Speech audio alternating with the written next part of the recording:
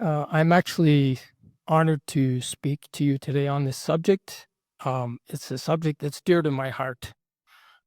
When I think of Remembrance Day, I think of people, specific people I've known over the course of my life. Like a number of you here, I'm old enough to have known many veterans. I think that's true. Many veterans of both world wars. My grandfather, my two grandfathers were in the forces during World War One. One in particular was 3 years on the front lines and survived. Um, like many veterans, the people that were in those conflicts, I don't know what's going on with this. Um, the people that were in those conflicts have a great deal of difficulty speaking about them. I think that's true. We see that with veterans today coming back for the postings they've had in Afghanistan. Back in those days, they had a lot less understanding of what was going on with those people. They called it in World War One shell shock. They didn't understand it. Many people thought they were just being cowards. Um, but when you understand what they lived through, it's a totally different picture. So I remember people, specific people. Maybe you've known people that have been in those situations as well. If you go to a cenotaph, what you'll notice on the cenotaphs are names, at least in the smaller communities. Obviously, in a large community like ours, well, they can't inscribe all of the people that gave their lives on the cenotaph there. In the specific communities where we live, like in Almont, where I'll be tomorrow, there are names on there, people from both world wars and from Korea. The names on there are the people who didn't come back. Many, many other people did come back, and we have to remember them too, because they were also willing to give their lives. What have we got? Oh, don't tell me you're not going to do it. I'm trying to get this thing to cooperate, and it's not. Let's see what happens if I do this. There we go.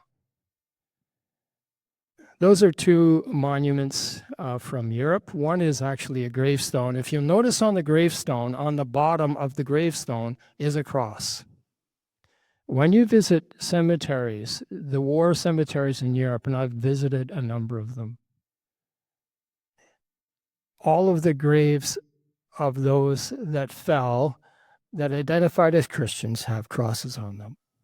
You'll find other identifications too, like Star of David for Jewish people. And people who didn't have an identification, they'll just have an inscription on it with the maple leaf.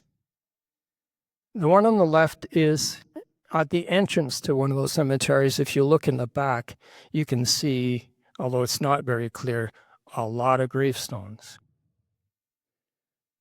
So when you hear the stories, it makes it very personable because all of these people, whether they came back or they didn't come back, have stories. And remembering is about story. The story that their lives tell, the story of the people they were related to, the love they had for specific people, all of that. If we just look at statistics, they can't tell the story to us. They can tell you something, but they can't tell you the stories. I had an experience with my grandfather, my paternal grandfather, who was the guy who was on the front lines for 3 years in World War One. He had a reputation in the family of being a very ornery guy, very stubborn. He was hard to get along with. He didn't like kids. And so within the family, the kids were all kind of afraid of him. I mean, his grandkids. His own kids didn't know him very well. He never talked to anybody about it. But being the kind of person I was very inquisitive. I was pretty stubborn, and I really wanted to get to know him in a way because I'd heard, you hear these little things, you know.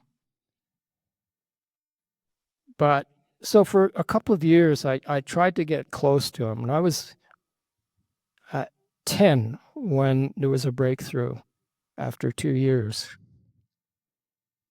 When we visited, I would just sit beside him and I would just be there.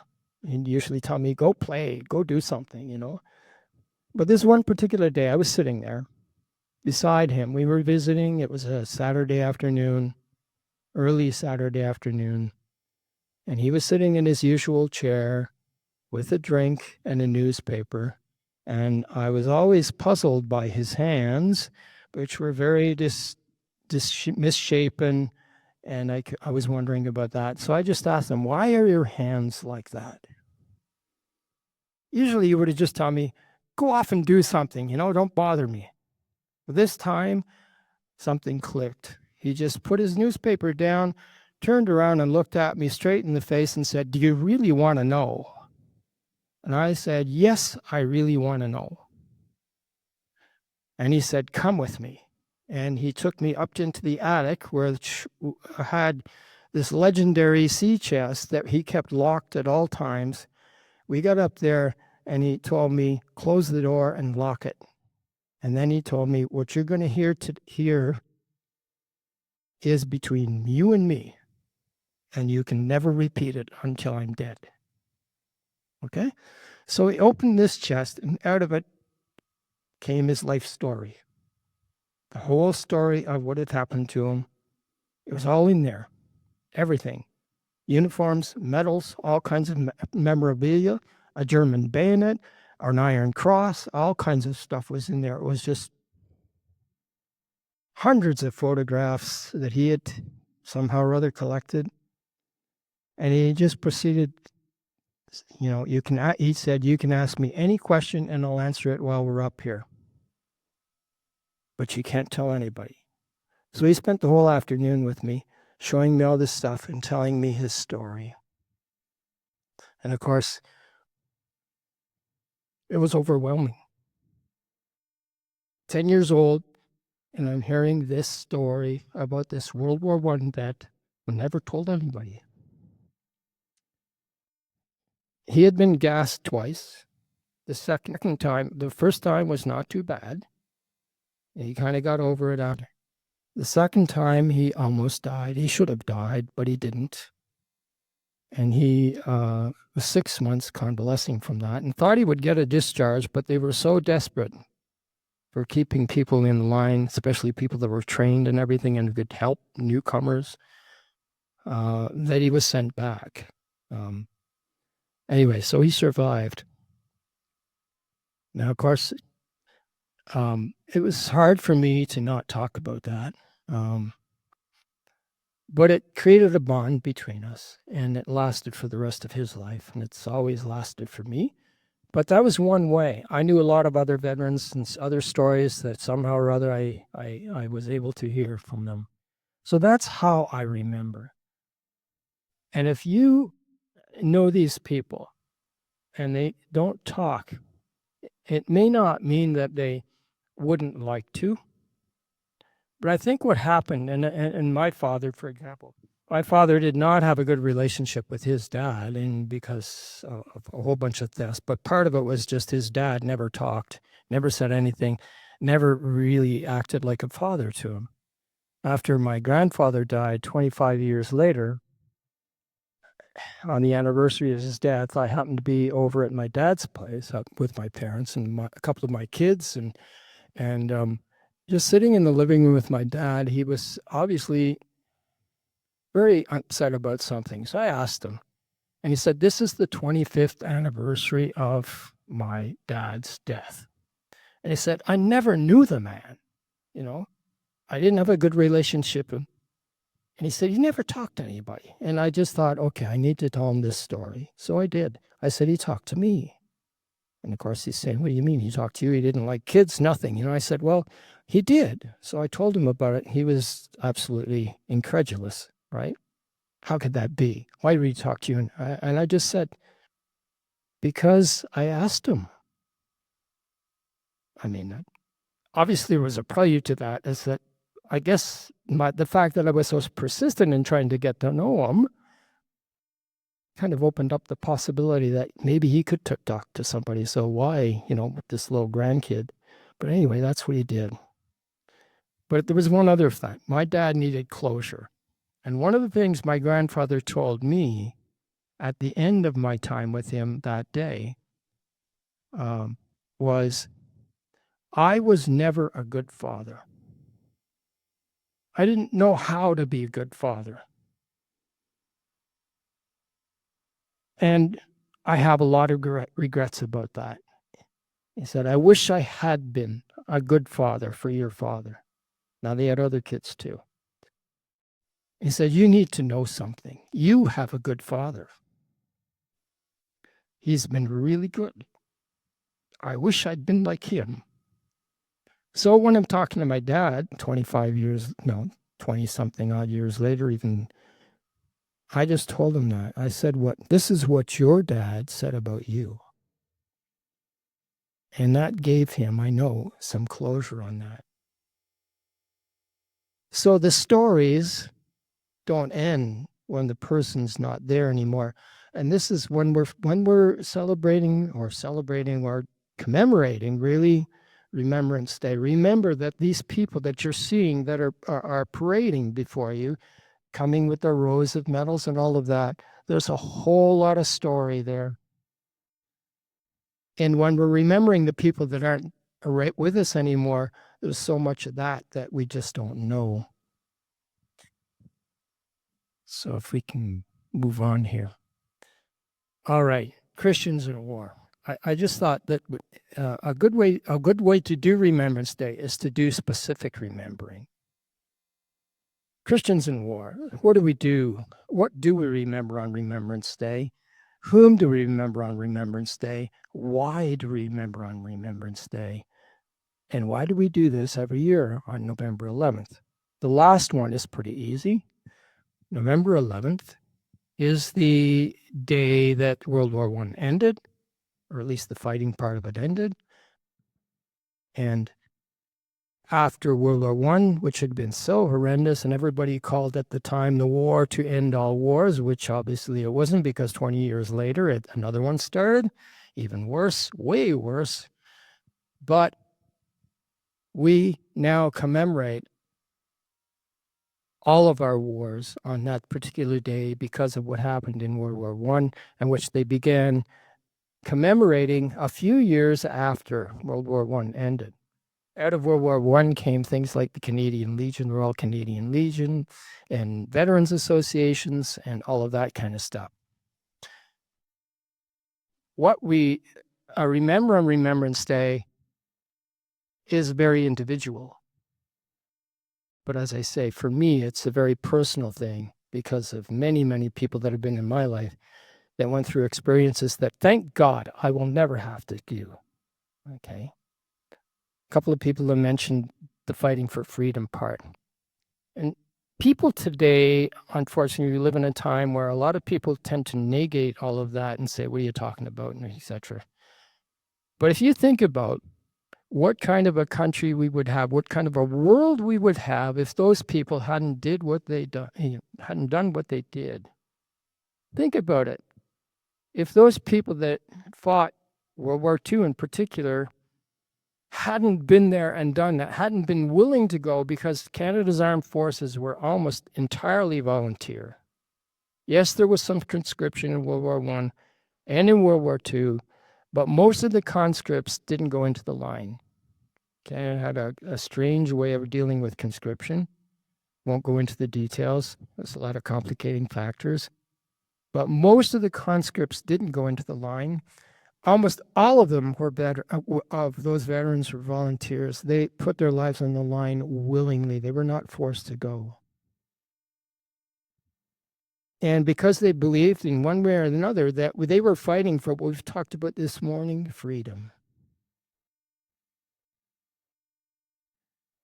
Underneath all the questions is the disturbing issue of why humans have always had wars. You ever wondered that? Why are we so? I mean, the fall is the reason. Ultimately, it's the fall and it's sin and all of that. But a lot of people today don't actually subscribe to the idea of the fall, right? They'd ask the question, why can't we settle our issues by peaceful negotiation? Why do we insist on resorting to killing one another? The United Nations is supposed to be stopping us from doing that, right? Well, we can see what's going on in the world today. Wars are still with us, as Aaron was saying earlier. Wars and rumors of wars are plentiful. Sin and rebellion against our Creator is the root cause. God did not intend us to live by the sword, but rebellion against Him has made us rebels. It should be at heart, alienated from His love and unable to live by the order He made us to preside over, the order of creation that He made humanity to preside over here on earth. This is what we're talking about here. Right at the beginning, the rebellion of the human race created a world in which war was going to become, I guess you could say, a sort of a natural consequence of what we did. That rebellion makes us envious, jealous, and even ready to kill to get what we want. James, in his letter, says this in chapter 4, verse 2.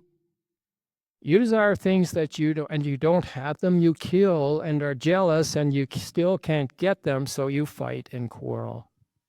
When nations fight other nations, it's usually about some basic things: land, desire to acquire things, jealousy about what they've got, we don't have, we want that, we're going to take it from them. We find excuses to say, no, it's not really about that. But James is saying is really, when you get down to it, that's what's going on. He goes on and says, the reason you don't have is that you don't pray. Well, when the world abandons God, it's not going to pray, is it? And even when we pray, but anyway, the word in Greek for praying there is aitastai, or petition, ask fervently, as if you really mean it. There's different words for praying. This one means that. And then James goes on to explain what he means about not praying. And he says, or you pray and don't receive because you pray with the wrong motive, that of wanting to indulge your own desires. How much of that is really what's going on about all of the conflicts we're seeing? Now, the word that's translated usually very politely as wrong is actually a lot more graphic than that. He actually says, kakosaiteostai. You can see the word there. That's really what it means. You have a very unworthy motive, okay? We fool ourselves into thinking what we want is God's will, and then we are angry when we don't get it. We then take things into our own hands. I should have that. I have a right to it, right? Jealousy, eventual violence, and becoming killing at its worst. And then he goes on, he's not done yet. Don't you know that loving the world is hating God? Whoever chooses to be the world's friend makes himself God's enemy. The expression translated as loving the world is ephilia tu kosmou, okay, which means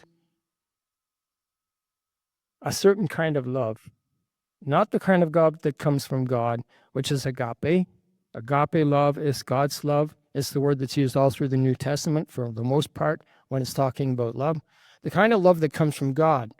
But this love is friendship love, making the world your friend, making yourself the world's friend, forfeiting your intimacy with God and cutting yourself off from God's agape. Without God's agape, we don't know how to love. And the best that love we can do without that is very distorted. Love of the cosmos, of the world. The word cosmo here does not mean the planet Earth. He's not saying don't love the planet Earth. That's our home. He gave it to us. It was a gift. It was beautiful. It's still beautiful even in the broken situation we find ourselves in, and even in the way we've broken the world, it's still beautiful and it's unmatched. He's not saying don't love that. He's talking about what we've invented to fill the place that only God can fill, that only He can fill in our hearts and souls. What we've made to fill the world within us to give us pleasure and excuse our sin. Our substitute for God is pleasure, is all kinds of things. There are all kinds of things. There's a God-shaped vacuum inside of us, as Blaise Pascal put it. We were made with a hole inside of us that only God can fill. Jesus said, "What does it profit you to gain the whole world but lose your soul?" The way of sin is death. The wages of sin is death. And another way of saying that is nihilism, nothingness. It's nothing. Everything people try to put in that place is nothing. Nothingness, a nihilism. Reducing it to nothing, reducing God's good gifts to us to nothing. And the ultimate manifestation of how desperate we are to try to fill that is murder, war, etc. World Wars I and II, moving on to our context, okay? In World War I and II, the combined worldwide death tolls, we don't really know. There's absolutely no way we can know. So many people were wiped out of existence without a trace. We have no idea. But estimates between the two of them, 80 to 100 million. Out of that, and again, it's a guesstimate because in many cases we don't even have accurate casualty figures. On the Russian front, for example, there were so many casualties, even the Russians couldn't keep track of them. 25 million, give or take.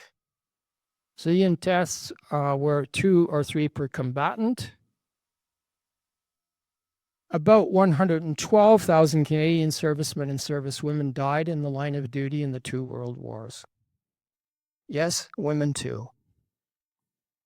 In World War I, the women who died were actually just about in the front lines. They were the nurses working in the casualty stations, which came under bombardment, and they died in the process of trying to save other people. Hundreds of Canadian civilians died in U-boat sinkings in the Atlantic, right in Canadian waters. We sometimes don't realize there were 100 ships sunk inside Canadian territorial waters, right in the Gulf of St. Lawrence, all around in the St. Lawrence River where it's coming out into the Gulf of St. Lawrence. Hundreds of U-boat sinkings out there, some of them really terrible. Multiple. We're talking like a lot of losses there, okay? And some were in the UK when it was being bombed and they got caught in the bombardments. Since World War II, okay, there are casualty figures of the dead here. These are, again, they're well, except for you can see a few of them are very specific, but World War I and II, like we said, we do not have totally accurate figures here, but they make a good guess. About 66,000 in World War I, 46,000 World War II. Korea, peacekeeping in Afghanistan have specific figures. And like I said, the people who came back with wounds too, and they lifelong consequences. You can see figures for wounded here. Just to get a grip on what that actually meant, the numbers who served in World War I, over 650,000 served out of a population of 8 million. Put it in perspective, population of Canada right now is about 5 times that, 40 million. And this would mean that if you multiplied that in terms of today's percentages, or proportions, we'd be looking at well over 3 million people comparatively for World War I. The number who died, 426,000 went overseas, 66,000 died. If you just take that about the number that went overseas, think of this, a 56% casualty rate. Unbelievable. Every one of those, these are casualties. But what I was saying at the beginning, they're not just casualties. They're people. People with their stories, people with their hopes, their dreams. Many of them, in fact, the majority of them, the large majority of them in those days would have called themselves Christians. They would have. World War II, over 1.1 million out of a total population of 11.5 million.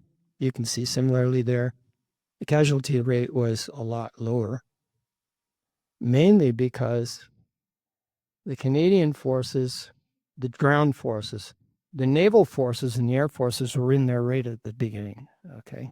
But the ground forces largely were kept out of the fighting until 1943 in Italy. There were some other things happening, like there was a there was a force of Canadians in Hong Kong when it fell, and their casualties were just about 100%, okay? When it fell to the Japanese in late 1941, December 41. Those that were captured by the Japanese went through absolute hell in the kind of prison camps they were kept in.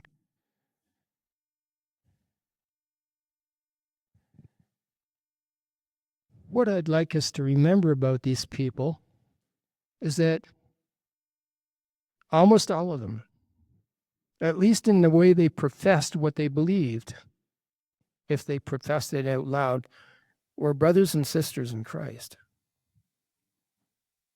Of the 2 million Canadians who have served in the Canadian forces over the years and those now serving, a large number were and are Christians. If you go to the cemeteries there and you see the crosses on the graves, these are people that all identified as Christians, okay? They served willingly, ready to do as Jesus did when you think about it.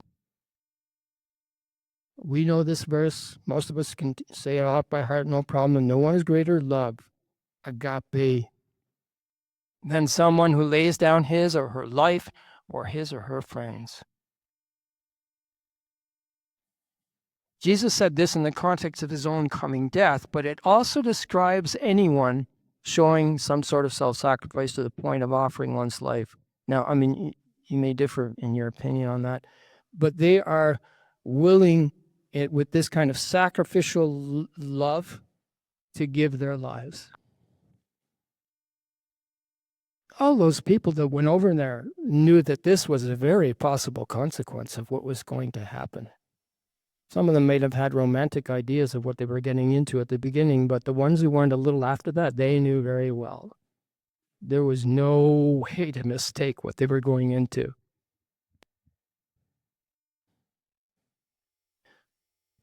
So, why we should remember?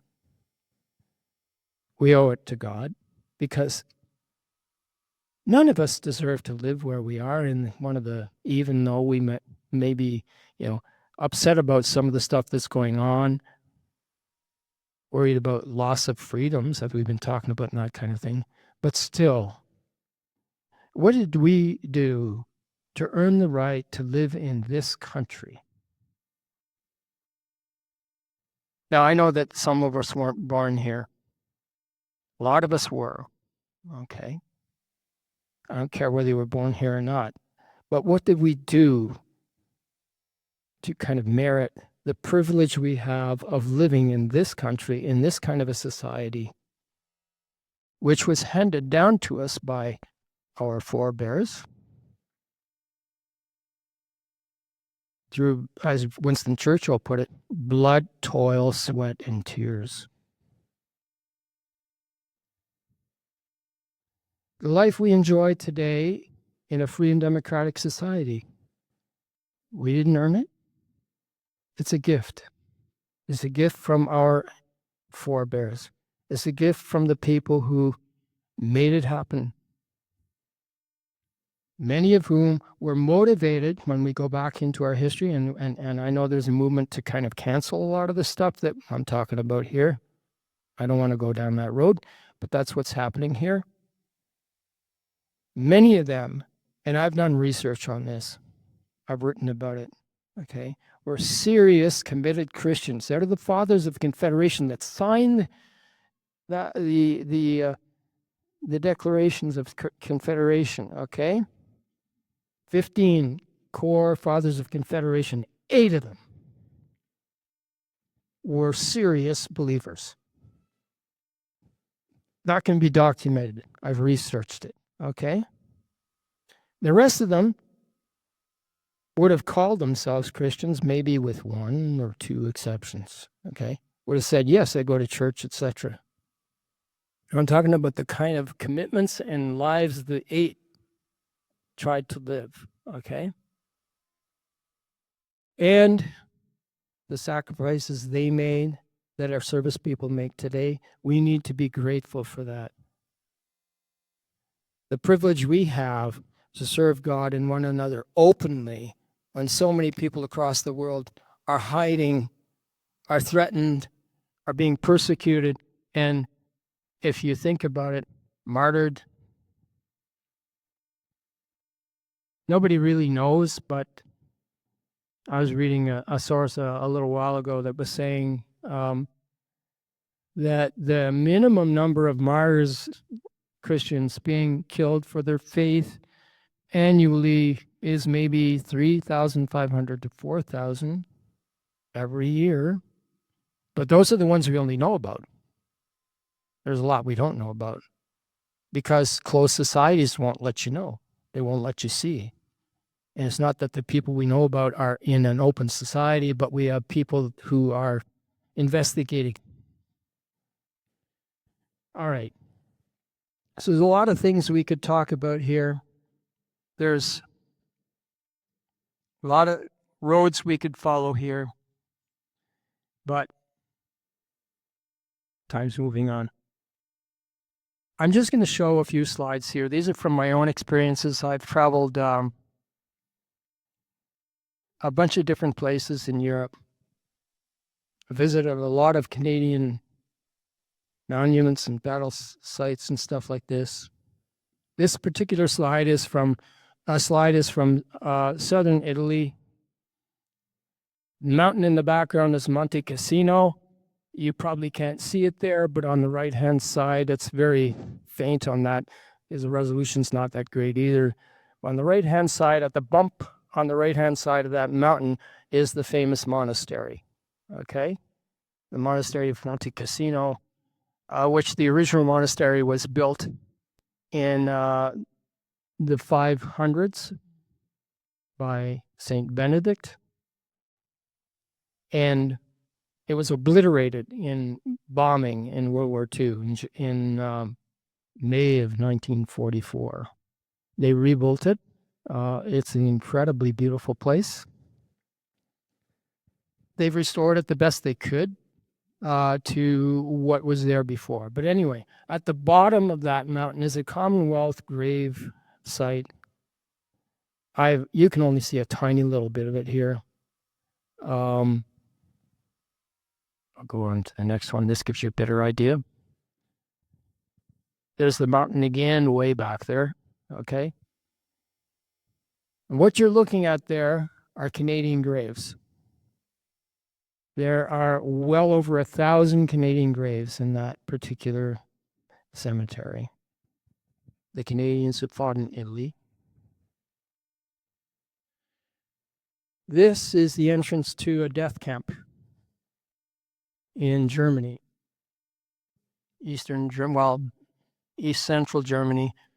It's about 50 kilometers outside of Berlin. It's called Sachsenhausen. The slogan you see in there is the one that was on the entrance to every death and extermination camp in the Third Reich in the lands they controlled. Arbeit macht frei. Work will set you free. What they were saying, really, of course, is you're here to work, and you're going to die working if you don't get killed ahead of that. So, death is your only liberation, is basically what it means. This is a group of students were in Holland, and there's, as you can see, a Sherman tank that they put up on a pedestal there as a kind of a commemoration. And That was just showing the presence of the Canadians in this area. And that, if you recognize, and I'm sure most of you will probably recognize that. Yeah? No? Vimy Ridge. That's the monument of Vimy Ridge. The picture doesn't do it justice at all. It is immense. It's considered one of the, I don't know if this is the right word, the most incredibly spectacular but powerful war monuments in the world. Okay. Taking pictures up close would not give you really much of an idea of it, so I took one from back far enough away to catch a number of our people walking up to it. Inscribed all around the base of it are the names of 11,000 Canadians. Why? Because they died. Not at that particular battle, all of them, although, as you can see from the inscription there, or from the headline, 3,000 Canadians died in 3 days of vicious fighting taking that place. Okay. It was considered an incredible achievement at the time because over 100,000 Allied forces had already died trying to take that place, and the Canadians took it in 3 days. It's quite a story. This is another war cemetery. Again, gives you the idea of, this one's from Normandy. Normandy is a World War II battle site. The Canadians fought on D-Day, landing in Normandy and all the way across northern France, through northern Belgium, into Holland. The Canadians were the principal liberators of Holland. But this gives you, again, one idea of scale there. The person standing down there towards the front is Paula, my wife. Okay. One of the things I did, because this has to be personalized, when you go to these places, again, you're looking at this.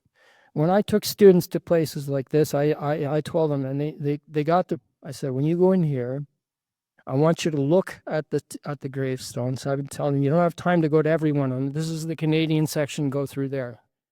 And I say, I want you to identify the youngest person you can find and the oldest person you can find. Tell me their names, okay?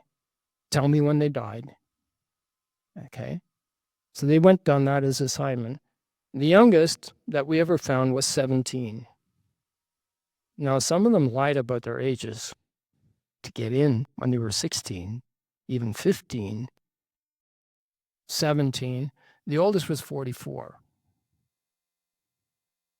In other words, none of them, they were all very young people. Most of them were in their 20s. And you could kind of break them down into proportions like that. That's Juno Beach. Very different now from what it was in June 6, 1944, right? It's a very peaceful place. It has a Canadian house right on the edge of the beach, which survived from all the fighting. And the French government ceded it to Canada as a piece of Canadian territory to signify what the Canadians did, helping them become liberated from Nazi Germany. In Holland, Canada still has a very, very special place in the hearts of the Dutch people, because thousands of Canadians died liberating Holland, and they were the main force that did that, okay? They're not given a whole lot of attention or recognition by the other Allied powers, but that's what they did. The Dutch love Canadians to this day. Here are some of my students standing among, you can see all those little markers there. Every one of those markers stands for a Canadian who died on June 6, 1944 on Juno Beach. Again, they all went and stood by one of these people. We didn't have enough of our students to cover all of them. There were hundreds of them. So, again, one way of being personal about all this business. All right. A lot of death, right? A lot of sadness, a lot of sorrow, a lot of grieving. But as we've been saying earlier today from comments from Ian and Aaron, we also have hope. We have an immense, incredible, wonderful hope. Will war cease? Yes, it will. Probably not until Jesus returns, though. In the meantime, we have a hope which we have to communicate to other people, to one another, to build one another up in our hope, to strengthen us in our faith, to remember that, as it says in the book of Hebrews, there's a great cloud of witnesses watching us. We're kind of like the guys on the line now, right? And in one of the songs we said, we're in a battle that's already been won, right? But we're still in the line. We mustn't forget that. And we mustn't forget those that went before us who are in this cloud of witnesses cheering us on. That's the way it's described in the book of Hebrews. They're cheering us on. The picture that whoever wrote Hebrews has is one of the arenas where competitions and gladiatorial fights and all that kind of stuff took place under the Romans.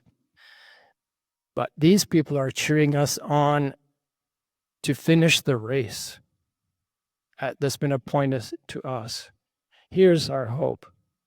Philippians 2, 9-11. God has raised him, we know that who that is, to the highest place and given him the name above every other name, that in honor of the name given Yeshua, and this is out of the Complete Jewish Bible, name given Yeshua, every knee will bow in heaven and under the earth, and every tongue will acknowledge that Yeshua, the Messiah, is Adonai, the Lord, to the glory of God the Father. That's the end of the story. That's the real conclusion that's coming. Now, wherever we stand, and we know that we're in a difficult time, the world is not in a good place right now. There are so many rumors of wars and all of that out there, rumblings, but we have hope. We mustn't let it go, and we have to be beacons of hope in the way that we live, and not be afraid of whatever's going to come our way. We've been given a commission, and I'm not just talking about the Great Commission, which we have been given, but we've been a commission by those that went before us who, as the great poet, McCrae, who wrote In Flanders Seal, said, passing on the torch. It's a relay race. And as we say, we will remember them. Thanks.